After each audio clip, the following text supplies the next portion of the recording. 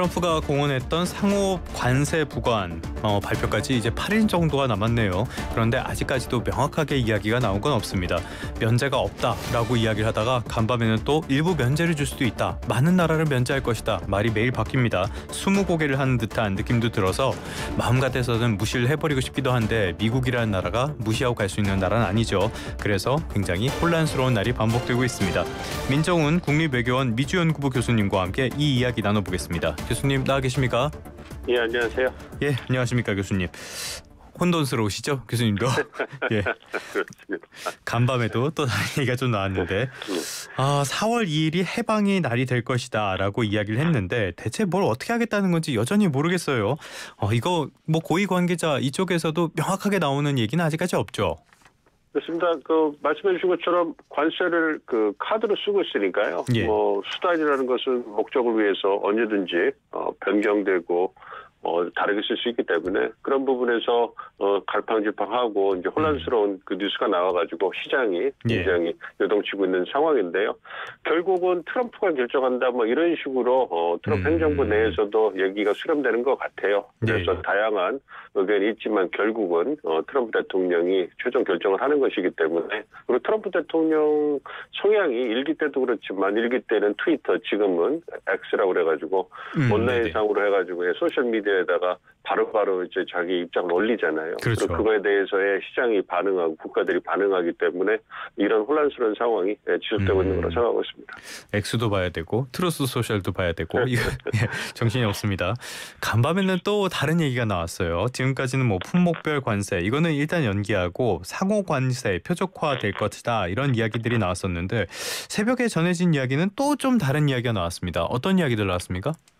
아무래도 품목별 자동차나 반도체 품목별 관세 부과는 좀 미뤄질 것 같다는 얘기가 나오죠. 아무래도 미국 국내 산업들, 기업들의 불만이나 어려움이 좀 반영되는 것이 아닌가 이렇게 생각이 되고 있고요. 상호 관세 는 예정대로 이제 강행을 하겠다. 그런데 그 범위가 좀 좁혀진다. 표적을 삼아가지고 이제 우선적으로 무역수지 적자가 큰 국가들 여기 무역수지 적자를 산출할 때는 그냥 우리가 공식적인 관세율뿐만 아니라 비과세 장벽이라든지 노동 장벽이라든지 다양한 부분들이 고려가 되고 있기 때문에 정확하게 어느 국가들이 주요 표적이 될지는 아직은 미지수긴 합니다만 어쨌든 간에 미국 입장에서 봤을 때 무역수지 적자가 큰 국가들 그리고 미국에게 아무래도 높은 관세를 부과하는 국가들을 대상으로 해가지고 더티 15라고 얘기를 하잖아요. 불편한 표현이긴 한데 어쨌든 그거를 중심으로 해가지고 상호 관세가 우선적으로 부과되지 않을까 이렇게 생각을 하고 있습니다. 참 내각 장관이라는 사람 입에서 더티 15라는 말까지 나오고 별걸 다 보는 것 같습니다. 아무튼간에 지금 나오는 얘기 중에 하나가요. 트럼프가 너무 즉흥적으로 얘기를 하고 이렇게 이야기할 때마다 아니 그거 실무 준비가 안 됩니다. 뭐 이런 식으로 이야기를 한다. 이런 얘기도 전해지거든요. 교수님께서는 어떻게 보세요?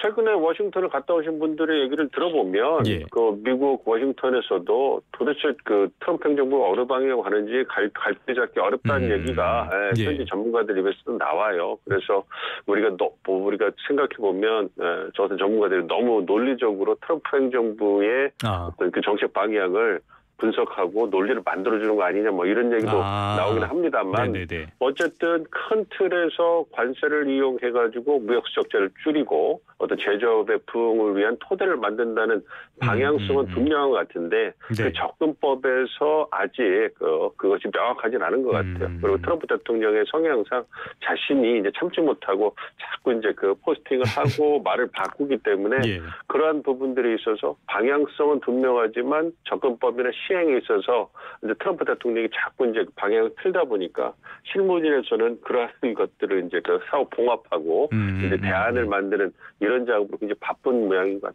같습니다. 예전에 누구랑 말다툼을 좀 했었는데요. 그때 상대방이 그런 얘기를 하더라고요. 논리는 비논리를 이길 수 없다. 이런 이야기를 했었는데 약간 트럼프도 그런 사람인 것 같습니다. 근데 여러 가지로 봤을 때요. 교수님께도 말씀을 하셨지만은 이 더티 15라든지 이런 상호 관세라든지 면제 국가가 나온다고 해도 한국은 면제받기 어려울 것이다. 이런 전망이 나오잖아요. 교수님께서도 여기에 동의하십니까?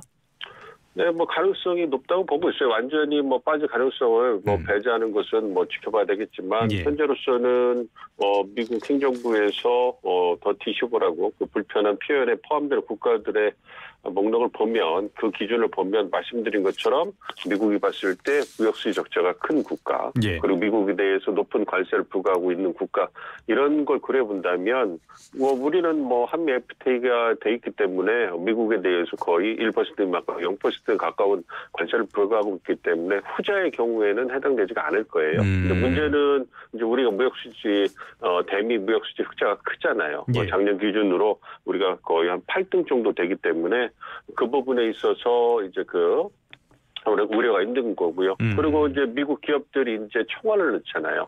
그래서 이제 우리가 미국이 주장하는 게 비관세 장벽이 높다. 그래서 뭐 빅테크 기업에 대한 뭐 독과점 규제 움직임이라든지 뭐 자동차 산업, 미국산 자동차에 대해서 뭐 환경 규제, 부가가치세 같은 미국에는 없는 거를 한국 정부가 부과한다든지 뭐 미국산 쇠고기 30개월 넘어간 거 제한하는데 다른 국가들은 푸는데 왜 한국은 안 푸냐 이런 것들이 그 해당 분야의 기업 미국 기업들이 청원을 냈기 때문에 그걸 명분으로 해서 미국 정부가 이제 우리에게 요청을 하는 거거든요. 그런 걸 고려해 보면 이제 과거에는 고려되지 않았던 그러한 뭐 비관세 장벽도 이번에 고려가 된다면 무역시 적자가 큰 부분 그리고 비관세 장벽으로 인해서 미국 기업들이 피해를 보고 있다는 부분 이런 부분을 고려했을 때 아무래도 한국이 목록에 포함될 가능성이 높지 않은가 이렇게 예상을 하고 있습니다. 그렇기 때문에 안덕근 장관께서 산업통상부 장관이 최근에 미국을 갔던 게 아닌가 싶은데 별로 소득은 없었던 것 같죠? 아무래도 이제 소통을 할 수 있는 토대를 만들었다는 것에 그 의의를 둬야 될 것 같고요. 한국이 말씀드린 것처럼 미국에 대해서 거의 0%에 가까운 관세를 부과하고 있기 때문에 어떤 뭐 미국 조야에서 갖고 있는 그 트럼프 대통령이 이번에 연방의 합동연설에서 한국이 미국에 대해서 4배나 높은 관세를 부과한다라고 거짓말을 했잖아요.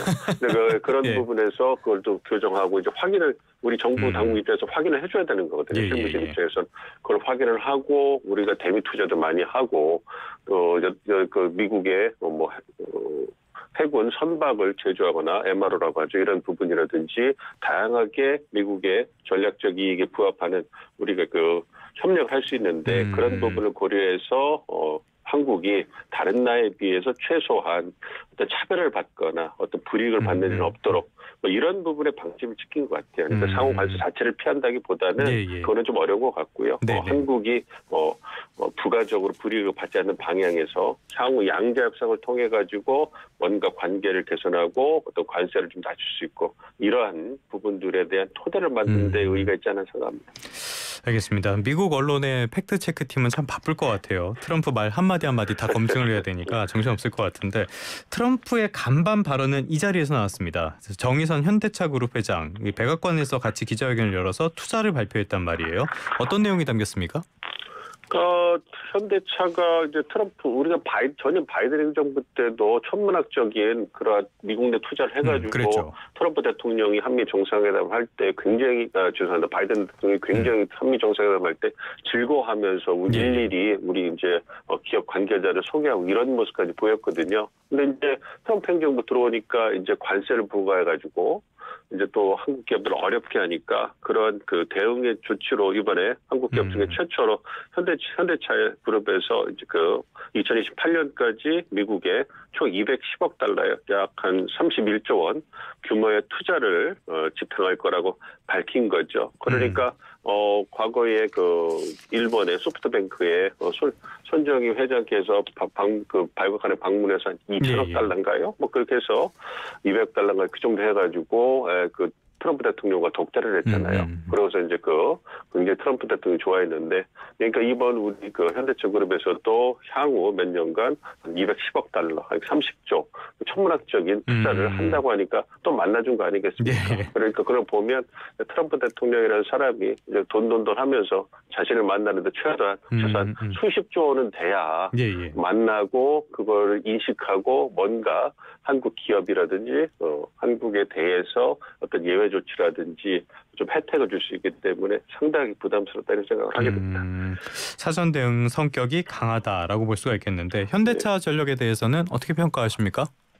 그러니까 현대차 같은 경우에는 이제 불가피한 거죠. 그러니까 우리 그 대미 수출을 봤을 때 자동차가 차지하는 비중이 굉장히 높잖아요. 그리고 주력이 현대 기아차이기 때문에 현대차 입장에서는 말씀해 준 것처럼 미국 시장을 놓칠 수가 없고요. 그리고 그 상당히 그 남부주 조지아라든지 어떤 그 알라바마주를 중심으로 해가지고 상당한 미국 내 시설 투자를 해놨단 말이에요. 그렇기 때문에 이런 상황에서 이제 그 자동차에 들어가는 철강 같은 부분에 우리가 쿼터제가 폐지되고 이제 관세가 부과될 수 있잖아요. 그렇죠. 그렇기 때문에 이번에 투자는 있어가지고 이제 중점적으로 이제 정의선 회장께서 말씀하신 것이 미국의 철강과 자동차 부품 공급망을 강화할 거다 이 얘기를 하거든요. 그러니까 미국 내 전기차를 중심으로 해서 이제 그 자동차를 생산을 하고 거기에 들어가는 주요 부품인 철강이라든지 여타 부품까지도 그 미국 내 생산해가지고 관세를 피해서 어떤 현대차의 가격 경쟁력을 미국 시장 내에서 확보하려는 노력을 하는 거기 때문에 저는 그거는 불가피하긴 하지만 기업의 미래, 우리의 수출에 있어서는 긍정적인 투자가 아닌가 이렇게 생각하고 있습니다. 그런데 조금 걱정되는 게요. 이렇게 미국에 대규모 투자를 하게 되면은 우리나라에서 고용해야 될 걸 미국이 흡수하는 것도 될 수가 있고요. 우리나라 수출액이 줄어들 수도 있고 이런 부분에 우려는 없습니까? 당연히 존재하죠. 그래서 합리적인 우려가 되는 거고요.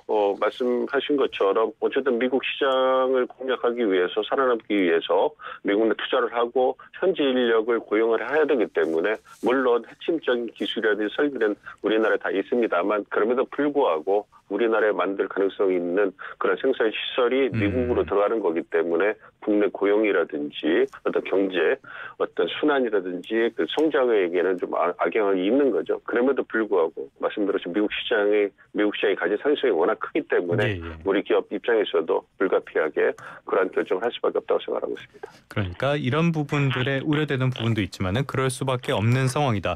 자, 그렇다면은 현대차처럼 비슷한 전략을 구사할 수밖에 없는 다른 기업들, 국내 기업 더 있을 거 아닙니까? 어디가 있을까요? 아무래도 이제 그 미국 시장을 공략하고 있는 그 기업들 중에서 이제 그 많은 논의가 되고 있는 것이 이제 그 반도체 기업들 있지 않습니까? 반도체 기업들 이제 그 품목별 관세가 또 부과되는 것이 유예가 되긴 했습니다만 자동차라든지 반도체 이런 산업을 중심으로 해가지고 품목 관세가 부과될 것이고 우리가 이제 어떤 메모리 반도체라든지 이런 부분에서 삼성이라든지 SK라든지 여타 그 기업들 그 연관 기업들이 많은 미국 내 혹은 리어쇼링이라고 해가지고 멕시코라든지 이 부분에 대해서 투자를 해놨기 때문에 그 부분에 있어서 조정이 불가피할 거라고 생각을 하고 있습니다. 그렇기 때문에 이번에 현대자동차를 필두로 해가지고 말씀드렸던 반도체라든지 여타 어떤 주요 산업 부분에서 주요 기업들이 어떠한 투자 의향을 또 트럼프 행정부에 줘서 어떤 미국 내 시장 공략을 원활하게 하는지 저희가 지켜봐야 될 것 같습니다. 어쩔 수 없는 부분들이 분명히 있는데 이런 지적도 있는 것 같아요. 미국의 인적 자원이라든지 그 인적 자원의 수준에 비해서 너무 높은 인건비라든지 제조업의 인프라라든지 이런 것들을 생각을 했을 때 미국에 가는 게 그 기업들에게도 썩 좋지 않은 선택이 될 수도 있다. 이런 전망도 분석도 나온 것 같거든요. 교수님께서는 어떻게 보십니까? 타당성이 있는 분석이죠. 어떤 그 미국 인력들이 우리 기업들이 원하는 만큼의 어떤 그 숙련도라든지 전문성이 좀 떨어지는 부분들이 있기 때문에 그러면서 이제 그 노동 강도라든지 어떤 임금은 굉장히 노동 강도는 원하지 않고 그다음에 그 임금은 높기 때문에 우리 기업들 입장에서는 가격 경쟁력에 있어서 타격을 받을 수밖에 없는 거죠. 그렇기 때문에 반도체 분야를 예를 들어서 봤을 때 우리 기업들이 미국 내 투자를 하고 그거를 바이든 행정부에서 가격 경쟁력을 담보해주기 위해서 보조금을 지급해줬잖아요.